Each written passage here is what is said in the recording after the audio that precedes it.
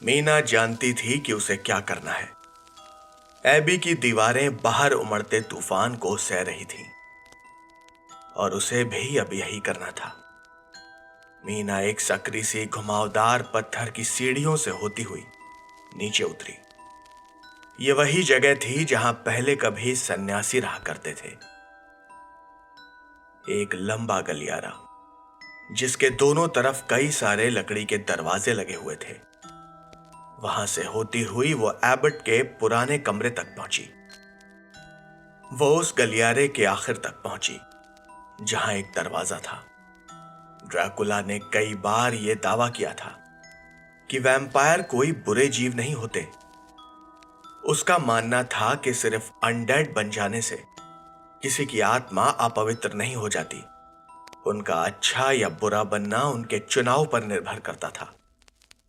पर मीना ने देखा था कि एक नए वैम्पायर की खून की प्यास उसे अंधा कर देती है।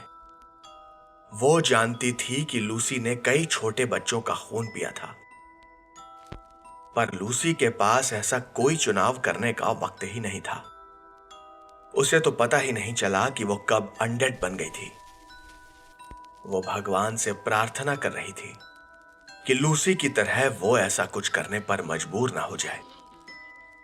मीना को महसूस हो गया था कि बैथुरी उनके नजदीक आ चुकी थी। उसके पास अब एक ही रास्ता था जिससे वो क्विंसी की जान बचा सकती थी। उसे क्विंसी को बचाने के लिए अपनी आत्मा की कुर्बानी देनी ही थी। जो लालटेन मीना ने पकड़ी हुई थी उसने वो जमीन पर रख दी और एक ही बार में वो भारी लकड़ी का दरवाजा खोल दिया। अंदर फायरप्लेस में आग जल रही थी और ड्रैकुला न जाने उस आग में क्या देख रहा था। वो मीना की तरफ पलटा। उसके अंदर जाते ही जैसे आग और भी तेजी से धधकने लगी थी। कमरे में दर्जनों मोमबत्तियां जल रही थीं। ड्रैकुला ने मीना की तरफ आशा भरी निगाहों से देखा। मीना ने अपना फैसला कर लिया था। उसने कहा, क्विंसी अपनी किस्मत खुद लिखेगा, तुम उसके लिए कोई फैसला नहीं करोगे। मीना की आवाज में एक सख्ती थी जो ड्रैकुला ने पहले कभी नहीं सुनी थी। वो इसके आगे कुछ सुनने वाली नहीं थी। ड्रैकुला ने कहा, ठीक है, मैं ये कीमत चुकाने के लिए तैयार हूं। ड्रैकुला धीरे से मीना की तरफ बढ़ा। उसका दिल जोरों से धड़क रहा था। ड्रैकुला के हाथ अब उसके जिस्म पर थे। मीना ने वो सोने का क्रॉस अपने गले से खींचकर निकाल दिया। वो क्रॉस जमीन पर था और ड्रैकुला की आंखों में उसे एक अजीब सी भूख नजर आ रही थी। ड्रैकुला के ठंडे हाथों से मीना के शरीर में एक सिहरन सी दौड़ गई। उसने उसे होठों पर चूमा और धीरे से कहा, एक साथ हम देशों को उठते और गिरते हुए देखेंगे। एक साथ हम अनंत काल को देखेंगे। इसके बाद जो हुआ उससे मीना के अंदर की सारी उलझनें, सारी दुविधाएं दूर हो गईं। मीना ने अपने सच का सामना किया जिसे वो इतने सालों से दबाती आ रही थी। वो सिर्फ और सिर्फ ड्रैकुला से ही प्यार करती थी। वो दोनों अब एक हो चुके थे। ड्रैकुला ने मीना को बाहों में भर लिया और अपने दांत मीना की गर्दन पर रख दिए। मीना को अब कोई फर्क नहीं पड़ता था, चाहे वो उसके जिस्म का सारा खून ही क्यों ना पी लेता। इस दर्द में भी मीना को सुकून मिल रहा था। पर तभी ड्रैकुला को एक दर्द सा महसूस हुआ। उसने अपना हाथ अपने सीने पर रख लिया। इस दर्द में भी मीना को सुकून मिल रहा था। उसने अपना हाथ अपने सीने पर रख लिया। वो थोड़ा पीछे हट गया। वो हाँफ रहा था। उसने अपनी कमीज फाड़ दी और अपने सीने को देखा। उसके सीने में कुछ हलचल हो रही थी। ड्रैकुला ने कहा, मेरा खून जो तुमने इतने सालों पहले पिया था वो मुझे ठीक कर रहा है। मीना ने ड्रैकुला को बचा लिया था। जिस खून को वो शापित और गंदा समझती थी, वो ही अब ड्रैकुला और क्विंसी दोनों की जान बचाएगा। मीना ने ड्रैकुला का हाथ पकड़ा और उसे अपनी तरफ खींचा। ड्रैकुला के दांत उसकी गर्दन में और गहरे गड़ चुके थे। समय आ चुका था कि मीना इस इंसानी जिंदगी को छोड़कर एक नई जिंदगी की शुरुआत करे। उसे ड्रैकुला की बाहों में मरना था और दोबारा जिंदा होना था। उस चरम आनंद में मीना ने अपनी आंखें इस इंसानी जिंदगी की तरफ हमेशा हमेशा के लिए बंद कर ली। क्विंसी भागते हुए एक मछुआरे के पास पहुंचा जो अपनी नाव को बांध रहा था। उसने कहा, कैराफैक्स एबी, वो किस तरफ है? मुझे वहां पहुंचना है, जल्दी।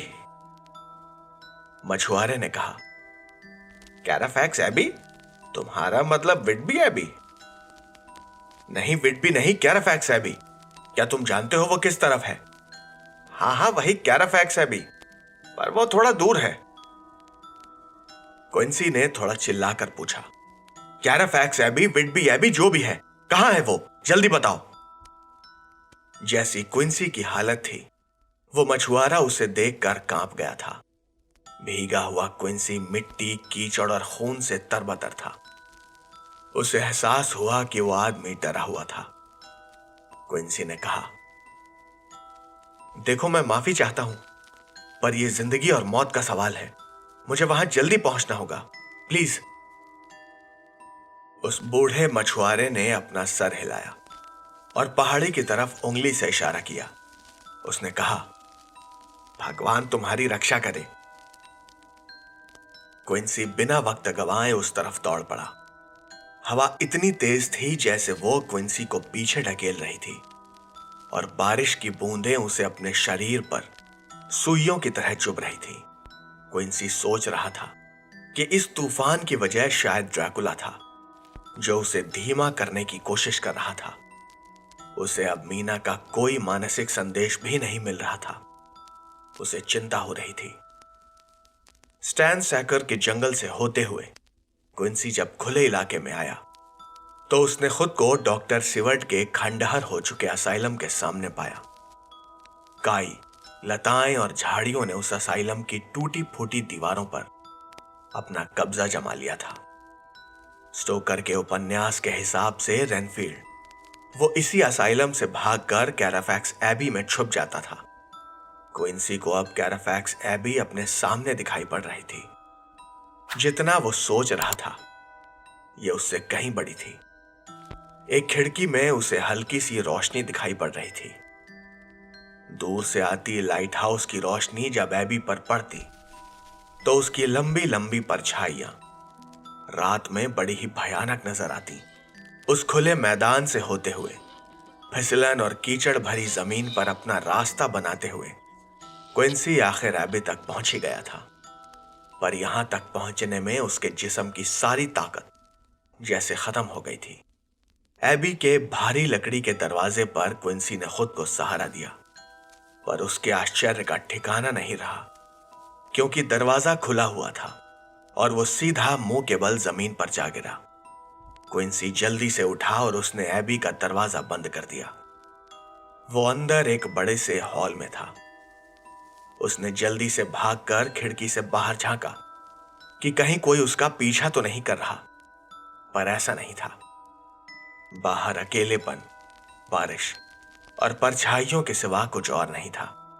क्विंसी एबी के अंदर घूमने लगा और गलियारे में पहुंचा जहां दोनों तरफ दरवाजों की कतारें थी। उसे गलियारे के आखिर में एक दरवाजा दिखाई दे रहा था जहां से कुछ रोशनी बाहर आ रही थी। वो तेजी से दौड़ता हुआ उस दरवाजे से अंदर गया, पर वहां भी कोई नहीं था। बस कुछ जलती मोमबत्तियां, फायरप्लेस में जल रही आग और एक कोने में रखा सिकुड़ा हुआ बिस्तर। उस बिस्तर के पास कई कपड़े भी पड़े थे। क्विंसी पलटा और उसे अपने पैरों के नीचे कुछ महसूस हुआ। उसने अपना पैर हटाया तो यह मीना का क्रॉस था। वो जानता था कि मीना कभी उस क्रॉस को खुद से अलग नहीं करेगी। क्विंसी बाहर आया और उसने गलियारे में मौजूद हर दरवाजे को खोलने की कोशिश की, पर वो सभी दरवाजे बंद थे। सुबह होने में अब ज्यादा वक्त नहीं था। स्टोकर के उपन्यास के हिसाब से ड्रैकुला को आराम करने के लिए किसी ऐसी जगह की जरूरत थी जहां सूरज की रोशनी ना पहुंच सके। वो एबी की मुख्य सीढ़ियों तक पहुंचा, जो सीधा नीचे जाती थी। इन सीढ़ियों पर नमी जैसे बैठ गई थी और इनसे एक तरह की सड़न की बदबू आ रही थी। वो जितना नीचे जाता गया, उन सीढ़ियों पर अंधेरा उतना ही बढ़ता गया। नीचे पहुंचने पर उसने खुद को एक गुफानुमा हॉल में पाया। उसने आसपास देखा तो ये एक मकबरा था। दीवारों पर कतार में ताबूत रखे हुए थे। हर ताबूत में कम से कम एक मानव कंकाल तो था। यहां सैकड़ों लोग दफन थे। सीढ़ियों के पास ही एक पुराने जमाने का चिराग जल रहा था, जिसे क्विंसी ने उठा लिया। वो इस हॉल के बीचों बीच पहुंचा और उसे एक बड़ा सा पत्थर का ताबूत दिखाई दिया। उस पर लिखा था एबट कैराफैक्स। उस ताबूत के ठीक बगल में एक लकड़ी का बड़ा सा बक्सा भी रखा था, जिस पर लिखा था मालिकाना हक व्लादिमीर बासाराब। बासाराब, यह नाम क्विंसी के लिए जहर से कम नहीं था। उसने जल्दबाजी में उस हॉल की खोजबीन करना शुरू किया। उसकी नजर कोने में पड़ी एक जंग लगी कुदाल पर पड़ी। उसने वो चिराग जमीन पर रखा और उस कुदाल से उस लकड़ी के बक्से को खोलने की कोशिश करने लगा। वो बक्सा मजबूत था। उसे खोलने में क्विंसी को अपनी पूरी ताकत लगानी पड़ी थी। वो बक्सा खुलते ही क्विंसी जैसे जीत का जश्न मनाने वाला था कि उसे कुछ याद आ गया। उसे याद था कि ट्रांसिल्वेनिया में बहादुर क्विंसी मॉरिस ने ऐसी ही एक गलती कर दी थी। क्विंसी ने तुरंत ही अपनी आंखें बंद कर ली। वो ड्रैकुला की आंखों में देखकर सम्मोहित होना नहीं चाहता था। उसने वो कुदाल उठाई और ड्रैकुला की छाती पर वार करने के लिए तैयार हुआ। एक बार क्विंसी ने अपने शिकार को ठीक से देखने के लिए अपनी आंखें जरा सी खोली, पर उसकी आंखें हल्की सी खुली और खुलती ही चली गईं। एक पल के लिए उसके दिल ने धड़कना बंद कर दिया था। उसे अपनी आंखों पर यकीन ही नहीं हो रहा था। उस बक्से में उसकी मां लेटी हुई थी। क्विंसी ने तुरंत ही वो कुदाल फेंक दी। उसके हाथ मीना के चेहरे की तरफ बढ़े। वो चेहरा जो कभी उसे देखकर मुस्कुराता था, वो होंठ जिन्होंने कभी उसे चूमा था, वो होंठ अब बेजान थे। अब कुछ नहीं हो सकता था। अब ना वो पछतावा कर सकता था और ना ही कोई सुलह। ड्रैकुला जीत चुका था। उस बक्से को खोलने की जद्दोजहद में क्विंसी की उंगलियां छिल गई थी और उनसे खून की कुछ बूंदें मीना के होठों पर टपक रही थी। क्विंसी ने मीना को एक आखिरी विदाई देने के लिए उसके सीने पर हाथ रखा, पर अगले ही पल मीना की छाती में एक हरकत हुई। उसने एक जोर की सांस ली। खौफ से कांपते हुए क्विंसी ने मीना को अपने होठों पर लगी खून की बूंदें चाटते हुए देखा। मीना की आंखें खुल गईं। उसकी वो खूबसूरत नीली आंखें अब दो काले गोलों में तब्दील हो चुकी थी। मीना का मुंह खुला और उसके दो चमकते हुए तेज दांत क्विंसी ने देखे। मीना के मुंह से एक हाड़ कपा देने वाली चीख निकली और उसके मजबूत पंजों ने क्विंसी को गर्दन से पकड़ लिया। तूफान में बरसती वो बारिश की बूंदें जैसे भगवान के आंसू थे। क्या भगवान को भी पता था कि आज रात उसका राज खत्म होने वाला है? उत्तरी समंदर की लहरें ऊंची थीं। आसमान में कड़कती बिजली अलग दहाड़ते हुए बार बार आसमान को चीर रही थी। चर्च स्ट्रीट के उबड़ खाबड़ रास्तों से होते हुए बैथुरे की बग्घी उछलती हुई आगे बढ़ रही थी, पर कीचड़ भरे उस रास्ते पर कैराफैक्स एबी सही समय पर पहुंचना मुश्किल साबित हो रहा था। उस बग्घी को रुकना पड़ा। पहाड़ी के नीचे से ऊपर जाने के लिए 190 पथरीली सीढ़ियों को चढ़ना था। बैथुरी नीचे उतरी। पहाड़ को काट कर बनाई गई ये सीढ़ियां बैथुरी के सब्र का इम्तिहान ले रही थीं। उसके जले हुए सर पर पड़ती बारिश की बूंदें उसे याद दिला रही थीं कि कभी वहां खूबसूरत काले बाल लहराते थे। उसका वो जला हुआ मांस अंदर से अब भी सुलग रहा था और बारिश की बूंदें उसके मांस में गहरे जाकर भाप बनकर उड़ रही थीं। पर तभी बैथुरी ने अपनी एक बची हुई आंख से कुछ देखा। एक बड़े से पत्थर के पास एक आदमी की आकृति थी। उसकी पीठ बैथुरी की तरफ थी। कोई था जो इस दुनिया और तूफान से बेखबर बस वो सुमड़ते हुए समंदर को देख रहा था। बैथुरी उस पर हमला करने के लिए तैयार हो गई थी। वो जितना धीरे चल सकती थी उतना धीरे उसकी तरफ बढ़ने लगी। बारिश में उसके कदमों की आवाज उस आदमी को वैसे भी सुनाई नहीं देती, पर जितनी तेजी से यह ख्याल बैथुरी के दिमाग में आया था उतनी ही तेजी से बारिश अचानक रुक गई। बादल छंट गए और चांद की रोशनी सीधा उस आदमी पर पड़ने लगी। अपने गुनाहों का हिसाब देने का वक्त आ गया है काउंटेस। ड्रैकुला की भारी आवाज ने उसका नाम पुकारा, एलिजाबेथ। उस पुराने जमाने की भाषा में अपना नाम सुनना बैथुरी को जरा भी पसंद नहीं था। उसे इससे चिढ़ थी। ड्रैकुला ने यह नाम बड़ी ही बेरुखी और बेइज्जती से लिया था। बैथुरी के जिस्म का रोम रोम कह रहा था कि उसे ड्रैकुला पर झपट कर उसके चीथड़े चीथड़े कर देने चाहिए। उसने सदियों से इस पल का इंतजार किया था, पर वो ये खेल खत्म करने में जल्दबाजी नहीं करना चाहती थी। कुछ देर का इंतजार और सही। वैसे भी उसके पास सदियां पड़ी थीं, इंसानों को नोचने और उन्हें प्रताड़ना देने के लिए। उसे तो ड्रैकुला की जीभ को उसके गले से उखाड़कर अपने गले में किसी हार की तरह पहनना था। बैथुरी पर जब चांद की रोशनी पड़ी और ड्रैकुला ने उसे देखा, तब वो जैसे हैरान रह गया।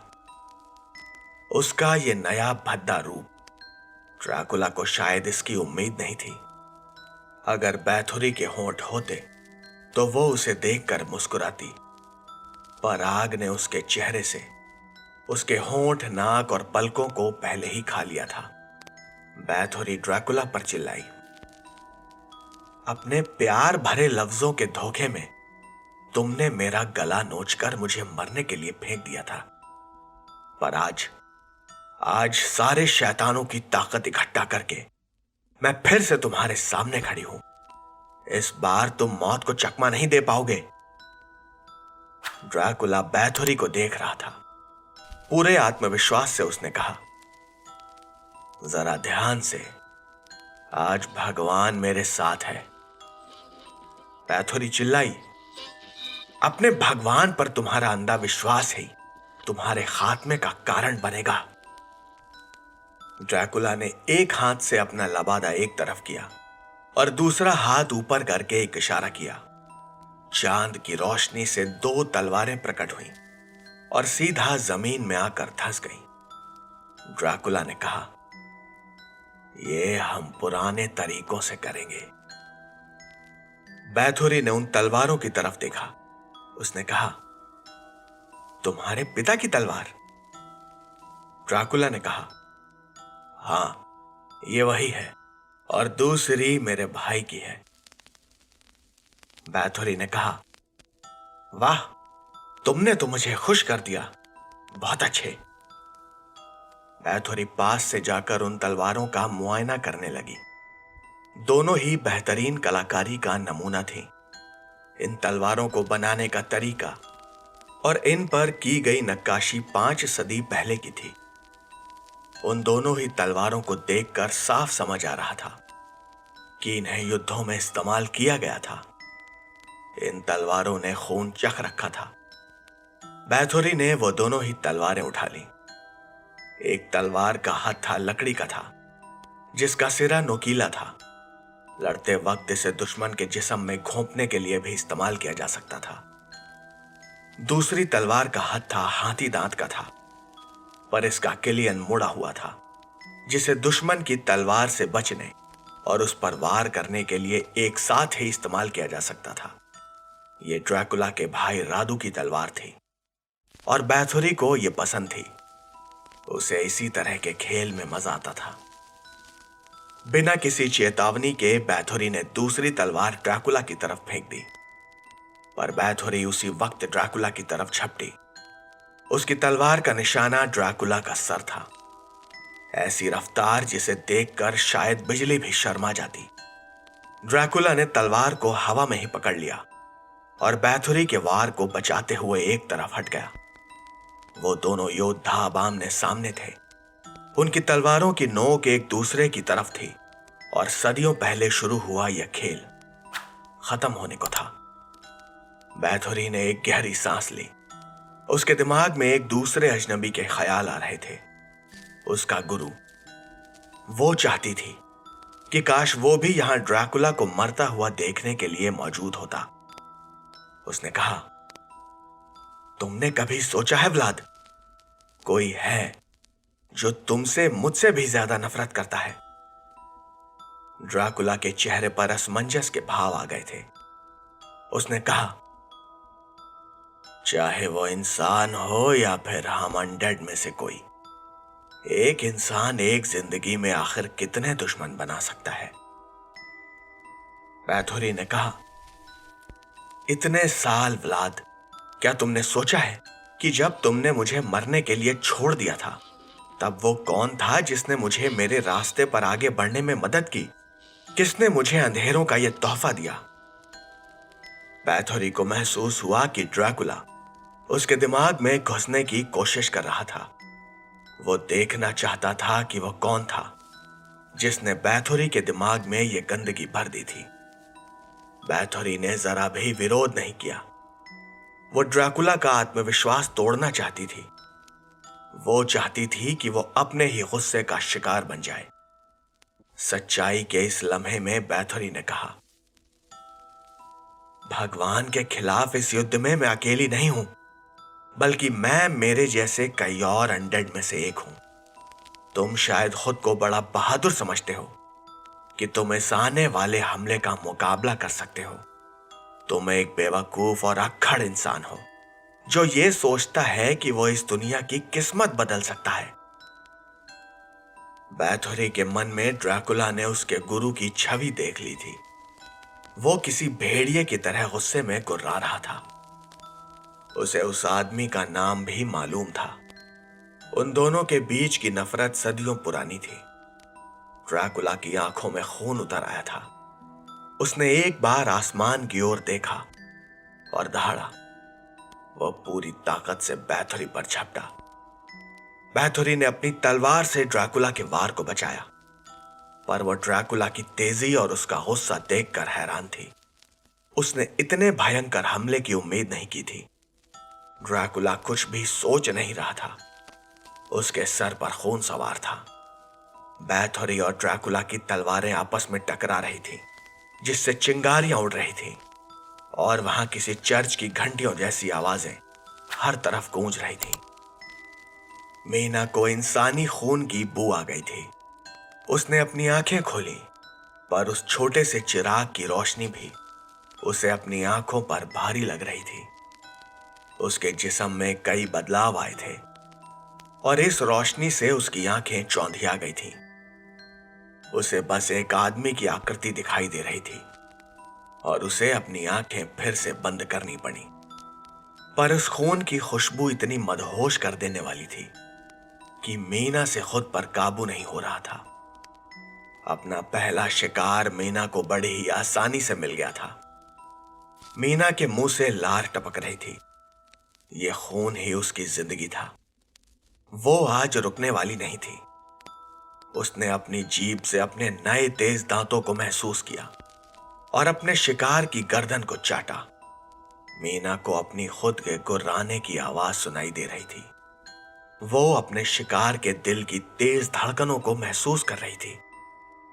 किसी कोबरा की तरह उसने अपनी गर्दन पीछे की।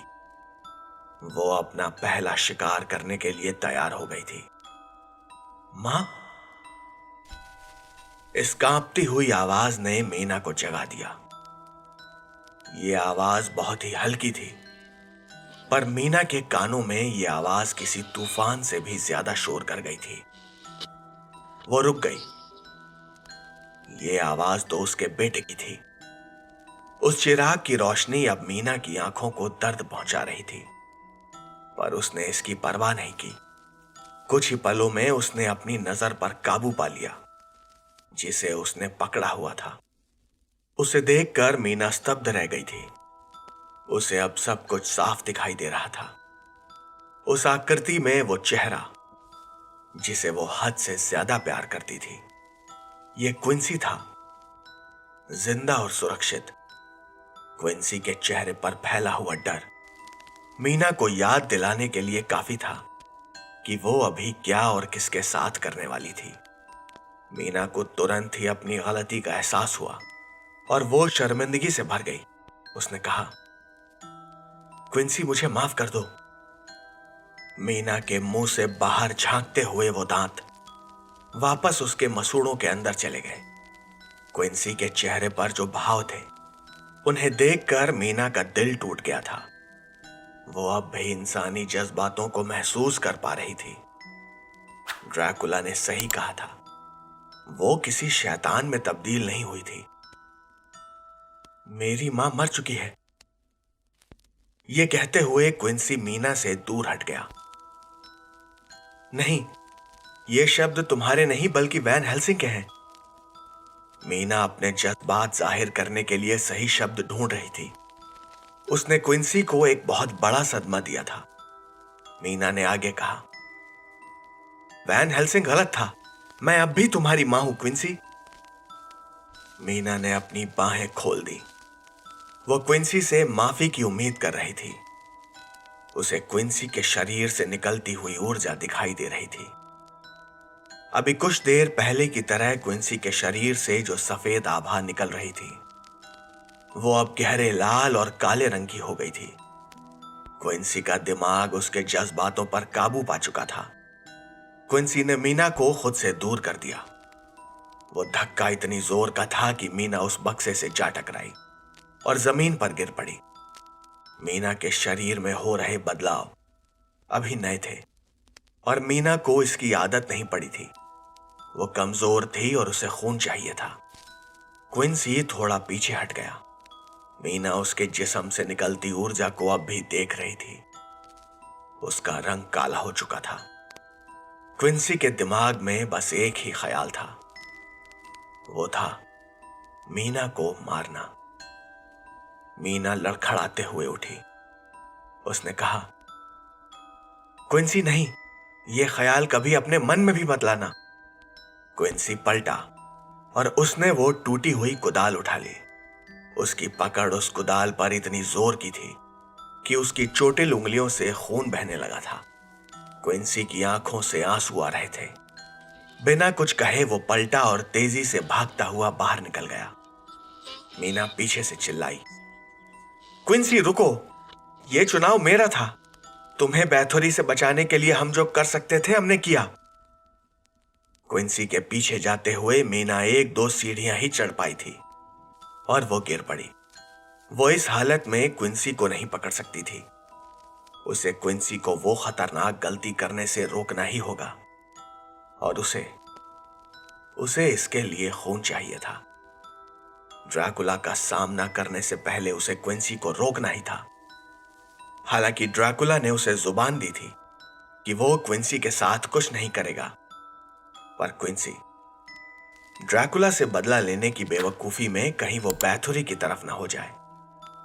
मीना की इस नई ताकत से उसके दिमाग में जैसे हर तरफ कई सारी जानकारियां भरती जा रही थी।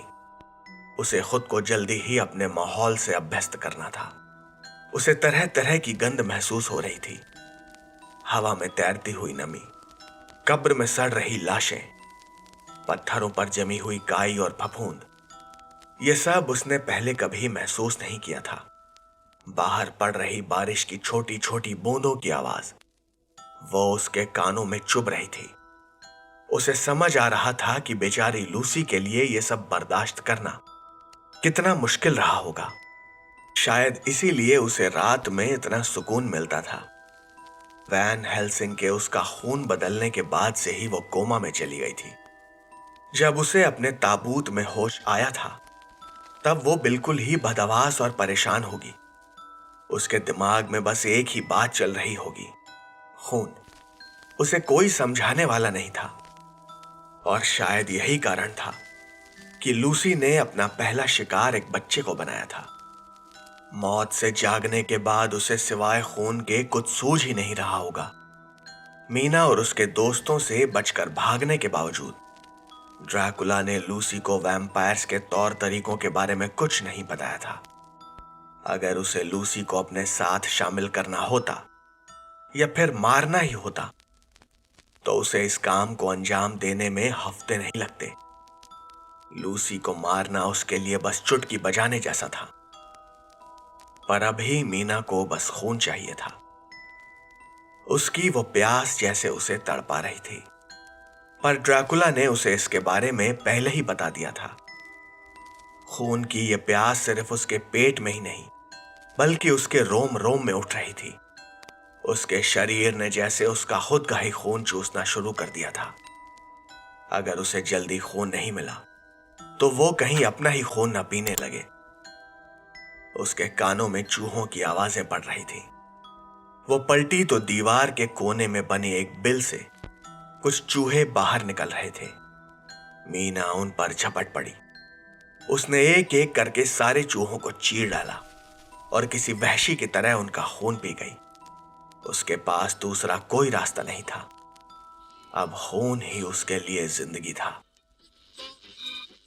ड्रैकुला के तेज हमलों से बैथुरी हैरान रह गई थी। हर बार जब वो तलवार घुमाता और बैथुरी उसे रोकती, तब उसे एक जोर का झटका लगता। जब जब वो फौलाद एक दूसरे से टकराता, तब तब उसका कंपन बैथुरी को झकझोर कर रख देता। वो अब तक खुद को बचाती आ रही थी, पर वो धीरे धीरे उस पहाड़ी की फिसलन भरी ढलान की ओर जा रही थी। ड्रैकुला की आंखें बड़ी बड़ी, दांत भेजे हुए, वो गुस्से से पागल हो चुका था। ये वो ड्रैकुला नहीं था जिसका उसने एक रात पहले सामना किया था। जरूर ही मीना ने इसकी मदद की थी। उसे तो वो बाद में देखेगी। हर बार ड्रैकुला का वार और भी भयंकर हो रहा था, और इसके साथ ही बैथुरी की ताकत भी कम होती जा रही थी। पर बैथुरी के दिमाग में कुछ चल रहा था। वो जानती थी कि ड्रैकुला चाहे कितना भी ताकतवर क्यों ना हो, वो ज्यादा देर तक इस तरह उससे लड़ नहीं सकता। और वैसे भी बैथुरी की रफ्तार उससे कहीं ज्यादा थी। ड्रैकुला की आंखों में जीत की चमक थी, और बैथुरी को जल्दी ही कुछ करना था। बैथुरी पलटकर पहाड़ी के पास बनी सीढ़ियों पर चढ़ गई। वो कमजोर नजर आ रही थी। वो ड्रैकुला को धीरे धीरे अपनी ओर आते देख रही थी। उसे शायद घमंड हो गया था कि उसने बैथुरी को लगभग हरा दिया है। उसने अपनी तलवार भी अपने सामने नहीं, बल्कि बगल में की हुई थी। उसे शायद अब अपनी जीत का यकीन हो चुका था। वो बैथुरी को किसी कीड़े की तरह जब चाहे मसल सकता था। पर बैथुरी जैसे इसी लम्हे का तो इंतजार कर रही थी। ड्रैकुला जब उन सीढ़ियों से ऊपर पहुंचा, तो बैथुरी वहां से खड़ी उसे ही देख रही थी। वो हाँफ रही थी, पर ड्रैकुला ने उस पर वार नहीं किया। वो बस वहां खड़ा उसकी बिगड़ चुकी खूबसूरती को देखे जा रहा था। उसके चेहरे पर मौजूद गुस्सा अब दुख में बदल गया था। बैथुरी को यह जानकर कोई खास खुशी नहीं हुई थी, पर वो जानती थी कि ड्रैकुला क्या सोच रहा था। बैथुरी को मारना उसके लिए अपने खुद के ही एक हिस्से को खत्म करने जैसा था। वो दोनों एक जैसे ही तो थे, दो अमर योद्धा जिन्होंने इस दुनिया में अनंत तक अकेले रहने का चुनाव किया था। वो एक दूसरे के साथी बन सकते थे, पर चूंकि बैथुरी ने भगवान को अपना दुश्मन मान लिया था, इसीलिए ड्रैकुला को उसके खिलाफ खड़ा होना ही था। ड्रैकुला को बैथुरी का यह अध्याय अब खत्म करना था। वो एक ही बार में उसका सर धड़ से अलग करना चाहता था। वो बैथोरी की तरह नहीं था, वो उससे बेहतर है। वो उस पर दया दिखाएगा और उसे जरा भी दर्द महसूस नहीं होने देगा। ड्रैकुला ने अपनी तलवार घुमाई, पर बैथोरी, उसने आखिरी लम्हे में अपनी रीढ़ को इस तरह से पीछे मोड़ा कि वो पूरा झुक गई। ड्रैकुला ने वो वार इतनी तेजी से किया था कि उसका हाथ बेकाबू हो गया और वो थोड़ा लड़खड़ा गया। इस बार बैथोरी इतनी तेजी से पलटी कि शायद इंसानी आंख उसे देख भी नहीं पाती। उसने अपनी तलवार ड्रैकुला की तलवार के हत्थे में फंसा दी और उसे नीचे जमीन पर गिरा दिया। बैथोरी पलटी और उसने अपनी तलवार ड्रैकुला की खुल चुकी छाती की तरफ कर दी। उसने अपने लबादे में छुपाई वो खुखरी निकाल ली थी। ड्रैकुला अब उसका था। बैथोरी ने वो चाकू ड्रैकुला के पेट में घोंप दिया और वो उसका पेट चीरते हुए सीने तक ले गई। ड्रैकुला दर्द से तड़पते हुए पीछे हटा और उसके जिस्म से खून का एक फव्वारा सा फूट पड़ा। बैथोरी ड्रैकुला के खून में नहा गई थी। ड्रैकुला के हाथ अपने जिस्म पर बने उस घाव पर थे। बैथोरी ने वो खुखरी ड्रैकुला को दिखाई और कहा, इसे पहचानते हो? ड्रैकुला की आंखों में तैरता हुआ खौफ। बैथोरी यही तो देखना चाहती थी। उसने कहा, तुम्हारा वक्त आ गया है। हमारा यह युद्ध अब खत्म होगा। मैं जीत गई। आखिरकार इस दुनिया पर मेरा और सिर्फ मेरा राज होगा। मैं सर्वश्रेष्ठ हूं। इंसान मेरे कदमों में गिरेंगे। वो भगवान से अपनी जिंदगी की भीख मांगेंगे और जिस तरह भगवान ने मेरी जरूरत के वक्त मुझसे मुंह मोड़ लिया था, ठीक उसी तरह वो उन्हें भी नजरअंदाज कर देगा। हर वो चीज जिसे मैं प्यार करती थी, भगवान ने मुझसे उसे छीन लिया। यहां तक कि मेरे बच्चे भी। भगवान के उन नियमों ने मेरे परिवार को मेरे खिलाफ कर दिया। उसे मानने वाले मेरे पति ने मुझे प्रताड़ना दी। मेरे अपने ही लोगों ने मुझसे नजरें फेर ली। मैं थूकती हूं ऐसे भगवान और उसके बनाए हुए नियमों पर। मैं थूकती हूं तुम्हारे जैसे धर्म योद्धा पर। मैं मानती हूं कि तुमने मेरी मदद की, पर जब मैंने अपना बदला लेना चाहा, जो कि सही भी था, तब तुमने भी मुझे मारने की कोशिश की। क्या मैं अपना बदला नहीं ले सकती? खैर छोड़ो, वो अब पूरा हो चुका है और जिस दुनिया को मैं बनाने जा रही हूं, वहां भगवान का कोई वजूद नहीं होगा। क्विंसी मॉरिस की वो खुखरी भले ही एक धातु का टुकड़ा हो, पर उससे जुड़ी यादें बहुत ही ताकतवर थीं। बैथोरी ने वो हथियार ड्रैकुला को दिखाया। उसे देखकर वो स्तब्ध रह गया। एक बार फिर से उसने अपने दुश्मन को समझने में गलती कर दी थी। बैथोरी गुर्राई, इस बार यह हथियार अपना काम पूरा जरूर करेगा ड्रैकुला।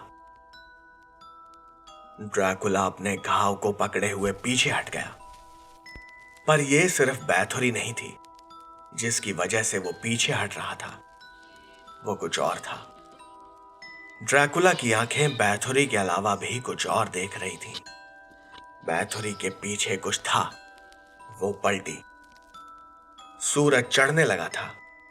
उन दोनों के ही पास ज्यादा वक्त नहीं था। एक तीखी आवाज से बैथोरी का ध्यान बटा और वो ड्रैकुला की तरफ पलटी। ड्रैकुला सामने से बिजली की तेजी से उसकी तरफ आ रहा था। उसने पूरी ताकत से अपना कंधा बैथोरी के सीने में दे मारा। बैथोरी उछलकर दूर जा गिरी। ड्रैकुला ने आगे बढ़ते हुए बैथोरी की तलवार उठा ली और वो अब सीधा उसके ऊपर बैठा था। ड्रैकुला ने तलवार से बैथोरी के सर पर वार किया। वो उसका सर दो टुकड़ों में बांट देना चाहता था, पर बैथोरी तेज थी। उसने वक्त रहते अपना सर एक तरफ किया और वो तलवार सीधा पत्थर की उन सीढ़ियों से टकरा गई। वो तलवार टूट गई थी। बैथोरी तेजी से संभली और वो ड्रैकुला की तलवार, जो कि जमीन में धंसी हुई थी, उसे उठाने के लिए बढ़ी। उनके हथियार बदल गए थे। अब की बार बैथोरी ड्रैकुला की तरफ दौड़ी। वो जानती थी कि ड्रैकुला का आखिरी वक्त नजदीक आ गया था। ड्रैकुला की आंखें किसी सांप की तरह हो गई थी। उसकी खाल हरी, कान नोकीले और उसका मुंह बहुत ज्यादा बड़ा हो गया था। वो इस तरह का रूप तभी बदलता था जब उसे लोगों में अपना डर बिठाना होता था। पर बैथोरी पर इसका कोई असर नहीं होने वाला था। ना तो वो कोई इंसान थी और ना ही उसके अंदर कोई आत्मा थी। बैथोरी ने अपनी तलवार से ड्रैकुला पर हमला करना शुरू किया। वो दोनों पहाड़ी के नीचे पड़ती छाया में भयंकर युद्ध लड़ रहे थे, पर ड्रैकुला कमजोर पड़ रहा था। उसके घाव से भी लगातार खून बह रहा था। बैथोरी को अपनी जीत का यकीन हो गया था। ड्रैकुला बस गिरने ही वाला था। जैसे ही उसके कदम लड़खड़ाते, बैथोरी सीधा उसके दिल पर वार करती।